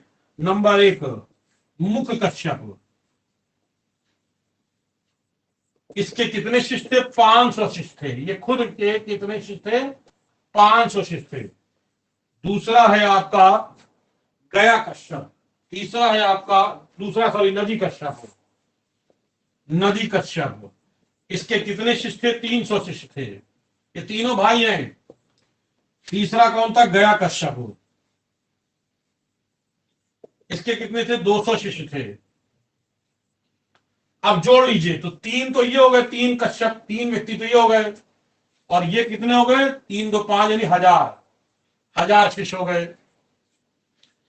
तो 1013 यानी 1003 लोग गौतम बुद्ध ने उर्वेला में बौद्ध धर्म में दीक्षित किया। समझ में आ रहा? 1003 लोग को गौतम बुद्ध ने बौद्ध धर्म में दीक्षित किया था, याद रखिएगा। ठीक है, इन सबको बौद्ध धर्म में दीक्षित कर दिया, और इस तरह से उनकी संख्या जो है, भिक्षुओं की संख्या बढ़ने लगी। अब इस समय इस तरह से उनके भिक्षुओं की संख्या जो है वो बढ़ने लगी। ठीक है, और इस तरह से फिर वहां से वो फिर निकल पड़े। आगे क्लास रखें या ब्रेक कर दें? क्योंकि आ रहे जा रहे हैं। अब बताइए आप लोग। अमित, यहां से रोक दें या क्लास भी रखें? थोड़ा सा तो सर और बचा, लेकिन अभी सब लोग आ जा रहे हैं। ज्यादा तो नहीं बचा, आधे घंटे का और बचा होगा तो ज्यादा। आधा घंटे कर दे पूरा। अब लोग आ जा रहे हैं, क्या बताएंगे? अरे तुम बताओ ना, और कौन है? महेश है, आ गए, चलिए ठीक है। तो इस तरह से ये कहां थे? ये उर्वेला में। उर्वेला से फिर ये निकल करके कहां चले गए? ये चले गए राजगृह। कहां गए? राजगृह में फिर उसी स्थान पर बैठे जाके। कौन सी? विपुलचल पहाड़ी पर। विपुलचल पहाड़ी पर बैठ गए। अब सारनाथ से निकल करके विपुलचल पहाड़ी पर पहुंचे। 1000 भिक्षु इनके साथ थे। कितने भिक्षु यहां थे इनके साथ? 1000 भिक्षु थे। बुद्ध के साथ 1000 भिक्षु थे। तो जब यहां पर पहुंचे तो जैसा कि मैंने बताया था कि मगध का शासक बिंबिसार यहां से मिलने इनसे आया। उसने देखा बहुत सारे ऐसे पड़े हुए हैं बौद्ध भिक्षु खुले मैदान में। लगभग 1000 भिक्षु हैं। तो इस 1000 भिक्षु के दृश्य का चित्रण अजंता गुफा संख्या कितना लिखा मैंने, 2 में। अजंता गुफा संख्या 2 में 1000 भिक्षुओं का चित्रण, याद रखिएगा, हिस्ट्री पूछ सकते हैं आप। ये कला इतिहास वाला नहीं बता पाएगा, वही बता पाएगा जिसको इतिहास और कला दोनों आती होगी। तो 1000 मैंने देखिए अजंता की चित्र बता रहे हैं आपको मैंने, तो 1000 भिक्षु वाला चित्र जो है अजंता गुफा संख्या 2 में मिलता है, ठीक है ना। तो इस तरह से राजगृह विपुल चल पहाड़ी, ध्यान देना, विपुल चल पहाड़ी पर बौद्ध 1000 भिक्षु जो है ये मिलता है। यहीं पर इनसे मिले आकर के, कौन मिला था तो मैंने बताया राजा बिंबिसार। बिंबिसार ने गौतम बुद्ध को एक विहार दान किया, उस विहार का नाम था वेलुवन विहार। क्या दान किया, वेलुवन विहार। और वेलुवन विहार क्या होता है, विहार किसे कहते हैं तो विहार उससे कहते हैं जो बौद्धों का निवास स्थान होता है, ठीक है। तो कौन सा विहार दान किया, वेलुवन विहार। ये बुद्ध को पहला विहार मिला था, वेलुवन विहार। तो बुद्ध वेलुवन विहार, ध्यान रखिएगा, ये बुद्ध को विहार मिला, ये पहला विहार था बुद्ध को। और विहार को एक नाम से और हम जानते हैं, विहार को संघाराम भी कहा जाता है, संघाराम भी कहा जाता है, याद कर लीजिएगा। इसका मतलब होता है बौद्धों का निवास स्थल, बौद्धों का निवास स्थल विहार। ये पहला विहार है जो गौतम बुद्ध को प्राप्त हुआ था। किसने दिया था तो आप कह सकते हो कि ये दिया था किसने, फला व्यक्ति ने दिया था। ठीक, आगे बढ़ते हैं। अब यहां से बुद्ध कहां पहुंचेंगे, यहां से बुद्ध जो है सीधे पहुंचेंगे यही, पहले एक चीज और जान लें, राजगृह में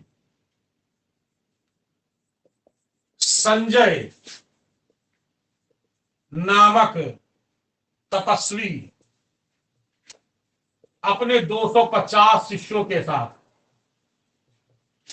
के साथ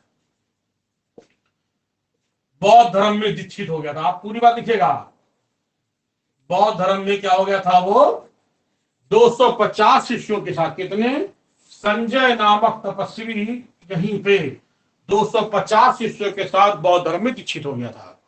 इसके बाद गौतम बुद्ध राजगृह से निकल करके कपिल वस्तु पहुंचे। कहानी सुन ले थोड़ी सी जल्दी से फटाफट, और बाकी मैं बता देता हूं क्या लिखना आपको है। कपिल वस्तु पहुंचे तो कपिल वस्तु में पता ये चला, राजा उस वक्त राजा शुद्धोधन थे। राजा शुद्धोधन पता चला कि मेरा पुत्र आया हुआ है, फला स्थान पे रुका हुआ है। राजमहल के सभी लोग जो है वो उनसे मिलने जा रहे थे, लेकिन कुछ देर बाद खुद ही बुद्ध अपने भिक्षुओं के साथ पहुंच गए। भिक्षान देही, राजा से कहा भिक्षान देही। तो राजा तो जानते थे कि राजा शुद्धोधन ने कहा कि राजन जो है कोई भिक्षा नहीं मांगता, यानी जो राजा होता भिक्षा नहीं मांगता है। तो उन्होंने ये कहा तो कुछ बोले नहीं। तो फिर इन्होंने अपनी पत्नी से कहा भिक्षान दे, तो कहा महाराज मेरे पास कहा है, यही मेरे पास बचा है, पुत्र है, बाकी तो सब कुछ तो आप चले गए हैं। तो वो पुत्र जो राहुल था कपिल वस्तु में, वो बौद्ध धर्म में दीक्षित हो गया। तो कपिल वस्तु में राहुल गए, तो उनके साथी एक और थे, मौसेरा भाई बुद्ध का, है ना। तो बुद्ध का मौसेरा भाई नंद, याद कर लीजिएगा, बुद्ध का मौसेरा भाई नंद, ये दोनों बौद्ध धर्म में दीक्षित हो गए, यानी भिक्षु बन गए। ये भी साथ चले गए। बस आपको इतना लिखना है, कपिल वस्तु में कौन जो है इनका बौद्ध भिक्षु, राहुल पुत्र मौसेरा भाई नंद, ये बौद्ध भिक्षु में दीक्षित हो गए। वहां से ये वैशाली गए, तो वैशाली, कपिल वस्तु और वैशाली के बीच में, यानी यहां से और इसके आगे हम बढ़ेंगे कहां, वैशाली। इस मार्ग में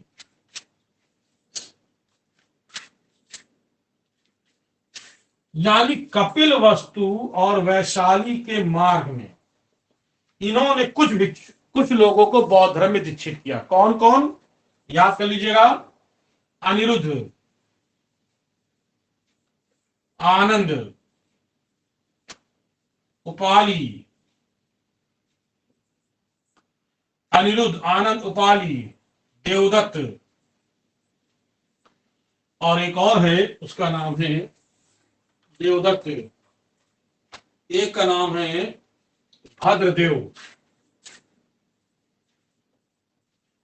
ये 5 लोग। अनिरुद्ध एक राज का राजा था, आनंद बाद में इनका प्रीशिष्य बन गया, उपाली एक जाति से नाई था, देवदत्त इनका चचेरा भाई था, और ये भी एक राजा था, आम व्यक्ति राजा था।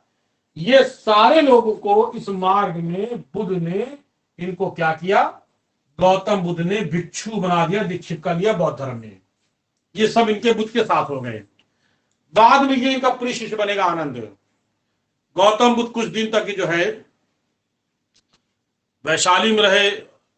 वैशाली में इनको सूचना मिली कि उनके पिता का देहांत हो गया है। फिर अपने पिता का अंतिम संस्कार करने यहां पर आए। कपिलवस्तु पिता का अंतिम संस्कार करके वापस जा रहे थे, और वापस जा रहे थे तो पीछे मुड़ के देखा कि वापस जा रहे थे तो इनकी पत्नी और इनकी मौसी ने कहा, यानी सौतेली मां ने कहा कि महाराज अब हम यहाँ क्या करेंगे, सब कुछ तो चला गया है, अब हमको भी साथ में ले लीजिए। कहा कि महिलाओं को बौद्ध धर्म में आने की अनुमति नहीं है, बौद्ध धर्म में आने की अनुमति नहीं है। जो मेरा संघ 1000 वर्ष चलने वाला है वो 500 वर्ष भी नहीं चलेगा। ये कह के वहां से निकल पड़े। पहले तो अनुमति नहीं दी। जब वो निकल गए तो पीछे पीछे इनकी पत्नी और मौसी, यानी मौसी दोनों साथ साथ पीछे पीछे। आनंद से दृश्य देखा नहीं गया, कहा महाराज इनको शामिल कर लीजिए। तब ये बात घटना कही थी, आनंद से कहा था, मौसी लोग से नहीं कहा था, आनंद से कहा था कि आनंद मेरा जो संघ 1000 वर्ष चलने वाला है वो 500 वर्ष भी नहीं चलेगा। लेकिन आनंद के बार बार आग्रह करने पर तब तक ये वैशाली पहुंच चुके थे, और गौतम बुद्ध ने वैशाली में जिस महिला को संघ में सर्वप्रथम बौद्ध धर्म में दीक्षित किया था, यानी भिक्षुड़ी बनाया था, तो पहली महिला भिक्षुड़ी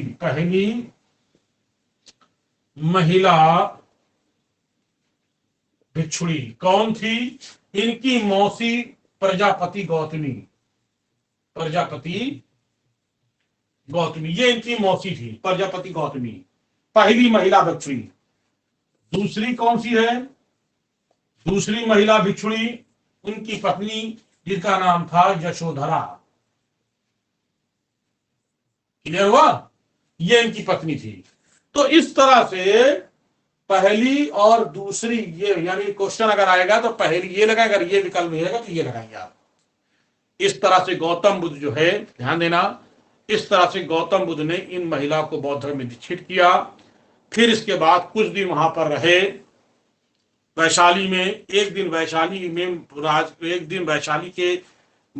वैशाली के शहर में, मतलब कस्बे में जा रहे थे, तो वहां की राजकीय नर्तकी नगर वधू आम्रपाली, राजकीय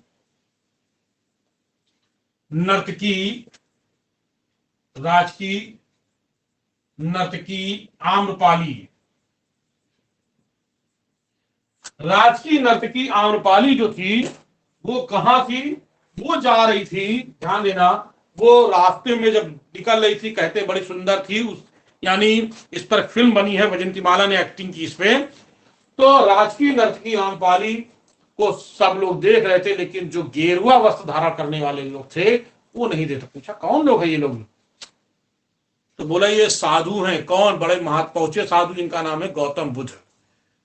तो इनको कहा कि इनको भोजन के लिए आमंत्रित करिए। तो बुद्ध मना नहीं करते थे, बुद्ध सब जगह भोजन खाने पहुंच जाते थे। बुद्ध भोजन, वहां जाके उन्होंने भोजन ग्रहण किया, उपदेश दिया इस कन्या को, इस आम्रपाली को, और आम्रपाली इनसे इतनी मोहित हुई कि वो बौद्ध धर्म में दीक्षित हो गई। तो इस तरह बौद्ध धर्म में दीक्षित होने वाली तीसरी महिला थी आम्रपाली। ठीक है, बौद्ध धर्म में तीसरी महिला जो थी उसका नाम था कौन? आम्रपाली। तो अब धीरे धीरे और भी संख्या बढ़ती जा रही थी, तो बुद्ध ने एक अलग महिला संघ स्थापित किया। कहा? वैशाली में। तो याद रखिएगा, महिला संघ, बुध ने महिला संघ संघ स्थापित किया। कहां? तो आप कहोगे वैशाली में। बुध ने महिला संघ जो स्थापित किया वो कहां था? तो आपका याद कर लीजिएगा, वैशाली में इन्होंने महिला संघ स्थापित किया। बुध यहां से होते हुए फिर पहुंचे कौशाम्बी। कहां पहुंचे बुध? यहां से बुध होते हुए कौशाम्बी पहुंचे।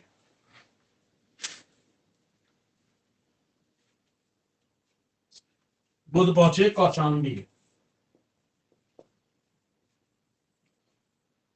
कौशाम्बी में कन्या थी, ब्राह्मण कन्या। ब्राह्मण कन्या, उसका नाम था मागंदिया। उसका क्या नाम था? मागंदिया। मागंदिया ने बुध से विवाह का प्रस्ताव रखा था। क्या रखा था? मागंदिया ने बुध से विवाह का प्रस्ताव रखा था। याद रखिएगा, मागंदिया ने बुध से विवाह का प्रस्ताव, तो विवाह से प्रस्ताव रखने वाली महिला कौन थी? मागंदिया। लेकिन बुध ने उसको ऐसा उपदेश दिया कि बाद में बन गई क्या? कालांतर में, कालांतर मतलब बाद में ये बन गई इनकी बुध की भिक्षुणी बन गई। इस तरह से ये घटना कौशाम्बी। इसी तरह कौशाम्बी में घटना और है। यहां का राजा जो था उसका नाम था उदयन। राजा उदयन ये बुध का अनुयायी हो गया और इसने बुध को एक विहार दान किया। उस विहार का नाम था घोषिताराम। घोषिताराम। अगर मैंने शायद आम्रपाली का पीछे में शायद बताना भूल गया, आम्रपाली ने भी एक विहार दान किया था। उस विहार का नाम था आम्रवाटिका।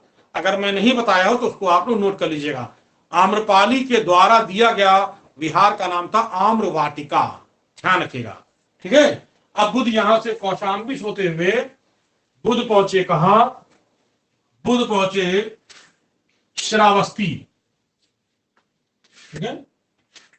बुध पहुंचे श्रावस्ती। तो जब बुध श्रावस्ती पहुंचे तो श्रावस्ती में सबसे अधिक समय 25 वर्ष व्यतीत किया था। यहां पे 25 वर्ष नहीं, 25 वर्षा काल। सारा समय इन्होंने ही दिया था। तो वर्षा काल क्या होता है? मैं वर्षा काल आगे बताएंगे, अभी कल बताएंगे, क्योंकि इस वक्त इकट्ठा जब हम उसकी दीक्षा बताएंगे, शिक्षा तो बताएंगे। वर्षा काल मूल रूप से होता है, बुध जो लोग थे वो साल के 4 महीना जो थे वो वर्ष, यानी जब बारिश होती थी तो वो लोग नहीं निकलते थे और 8 महीने वो लोग उपदेश देते थे। तो जहां रुक जाते थे वो वर्षा काल कहलाता है। हम आपको बताएंगे कहां कहां इन्होंने व्यतीत किए थे, ठीक है।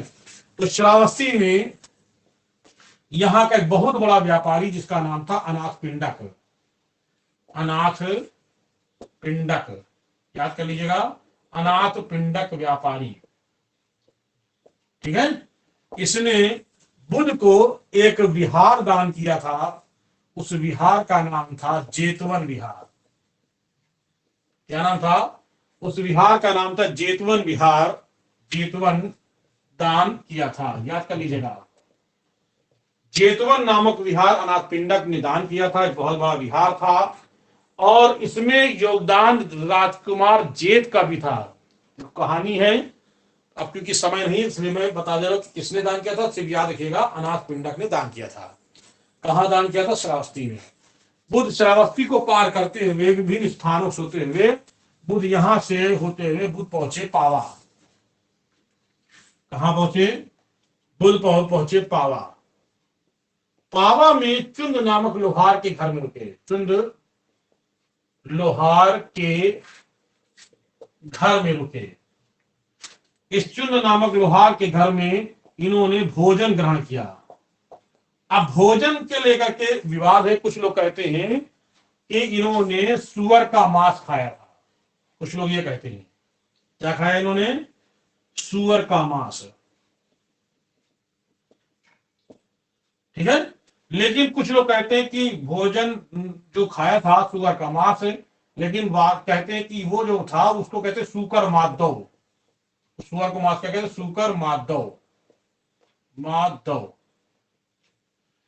अब जो कुछ लोग कहते हैं ये सुअर का मांस था, सुकर माधव, और कुछ लोग कहते हैं कि ये कुकुरमुत्ता था, कुकुरमुत्ता मशरूम जिसे कहते हैं। सुकर माधव सुअर का मांस या कुकुरमुत्ता जैसे इन्होंने भोजन ग्रहण किया, उनको अतिसार चालू हो गया। बुध को क्या चालू हो गया? बुध को जो है अतिसार, अतिसार का मतलब होता पेचिश, अतिसार मतलब रक्त की पेचिश, रक्त की पेचिश। और इसी दशा में रक्त की पेचिश चालू हो गई, तो इसलिए चुन नामक लोहार पर कोई घटना ना हो जाए, कुछ वैसा ना हो जाए आपत्ति हो जाए, इसीलिए वो इसी दशा में वो पावा से छोड़ करके वो चले गए कहा? कुशीनगर, कुशीनगर चले गए। कुशीनगर में कहा चले गए? कुशीनगर। उसी हालत में, बीमार हालत में कुशीनगर में वो मल्ल, वहां के मल्ल कहलाते हैं, मल्लों के आश्रम, आश्रम में रुके, और उस आश्रम का नाम था सालवन आश्रम। कहां रुके थे? सालवन आश्रम में रुके थे। बुध यहां से पहुंचे। उसके बाद यहीं पर बुध ने अंतिम उपदेश दिया, अंतिम उपदेश दिया। कहां दिया बुध ने? याद कर लीजिए, बुध ने अपना अंतिम उपदेश कुशीनगर में दिया था। प्रथम उपदेश कहां दिया था? मैंने आपको बताया कि वो सारनाथ में दिया था। तो अंतिम उपदेश बुध ने यहां दिया। किसको दिया था? तो उसका नाम था सुभद्र। याद क्वेश्चन आया हुआ ये। अंतिम उपदेश इन्होंने सुभद्र, याद कर लीजिएगा, किसको? सुभद्र को दिया था। ये अंतिम उपदेश। आनंद रो रहे थे, आनंद को समझाया। कुल मिलाकर के यहीं पर उनकी कब जन्म हुआ था? मैंने इनका जन्म बताया था 563 ईसा पूर्व में। इसमें 80 वर्ष घटा दीजिए तो 3, यानी 16 में 8 गए 6 और 4, कितना? 463 ईसा पूर्व में बुध की हो गई थी मृत्यु। 80 वर्ष की आयु में इनकी मृत्यु हो गई। यही इनका अंतिम संस्कार कर दिया गया, यही इनका अंतिम संस्कार कर दिया गया। और इसके बाद इस अंतिम संस्कार के साथ बहुत सारी घटनाएं जुड़ जाएंगी। तो इसलिए मैं सोचता हूं कि आगे की जो घटना है वहां यहां से कल बताएं आप लोग को, ठीक है ना? थोड़ा से सुन लें, और कुछ घटना है जो बीच में छूट गई है। देवदत्त,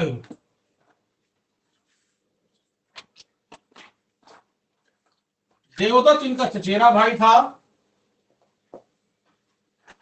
देवदत्त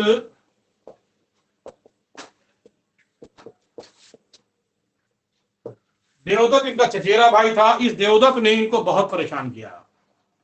शुरू से ही इनसे ईर्ष्या करता था।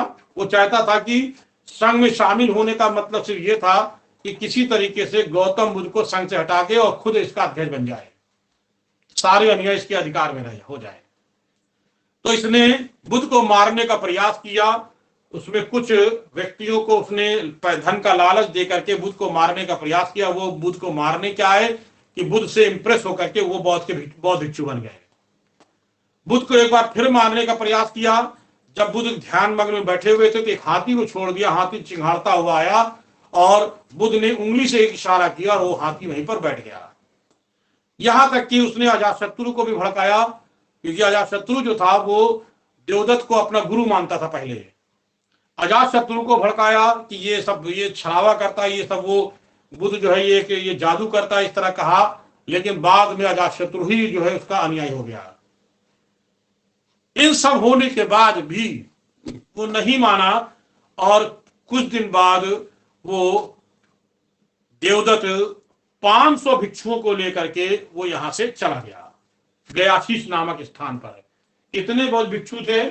भिक्षु 500। देवदत्त जो था 500 भिक्षुओं को लेकर कहां गया था? गयाशीष नामक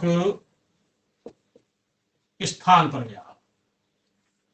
वो अपना खुद एक संघ बनाना चाहता था। बाद में सारीपुत्र और मोगलायन, सारीपुत्र और मोगलायन, मोगलायन, इन दोनों लोगों ने इस गया शीश नामक स्थान से 500 शिष्यों को वापस ले आया, वापस ले आया। और बाद में बुज ने उसको श्राप दिया, धरती फटी और देवदत्त उस धरती में समा गया। तो भाई ये तो हमें नहीं बताना है कि ये आपको नहीं जानना कि वो मारने का प्रयास किया, बचता जानना है। ये लिखना है आपको कौन सा व्यक्ति था जो 5 भिक्षुओं को लेकर के कहा गया था, तो गयाशीष नामक स्थान पर लाया कौन था, सारिपुत्र और मोगलायन समझा बुझा करके उन भिक्षुओं को वापस ले आया था। अब बुद्ध की मृत्यु हो गई, इससे कहानी हम आपको उसी से हम जोड़ देंगे, बाकी के हम लोग कल देखते हैं, ठीक है। तो चलिए हम लोग बाकी कल क्लास वही जो टाइम हम लोग का है उसी टाइम क्लास ही रहेगी। कोई बात होगी तो आगे बताएंगे, तभी आज कुछ ठीक है। चलिए, किसी कुछ कहना है कह सकता है। स्नेहा गुड मॉर्निंग, महेश, धीरज गुड मॉर्निंग, महेश। चलिए सब लोग आए हुए थे, तो चलिए जय हिंद, फिर हम लोग कल मिलते हैं।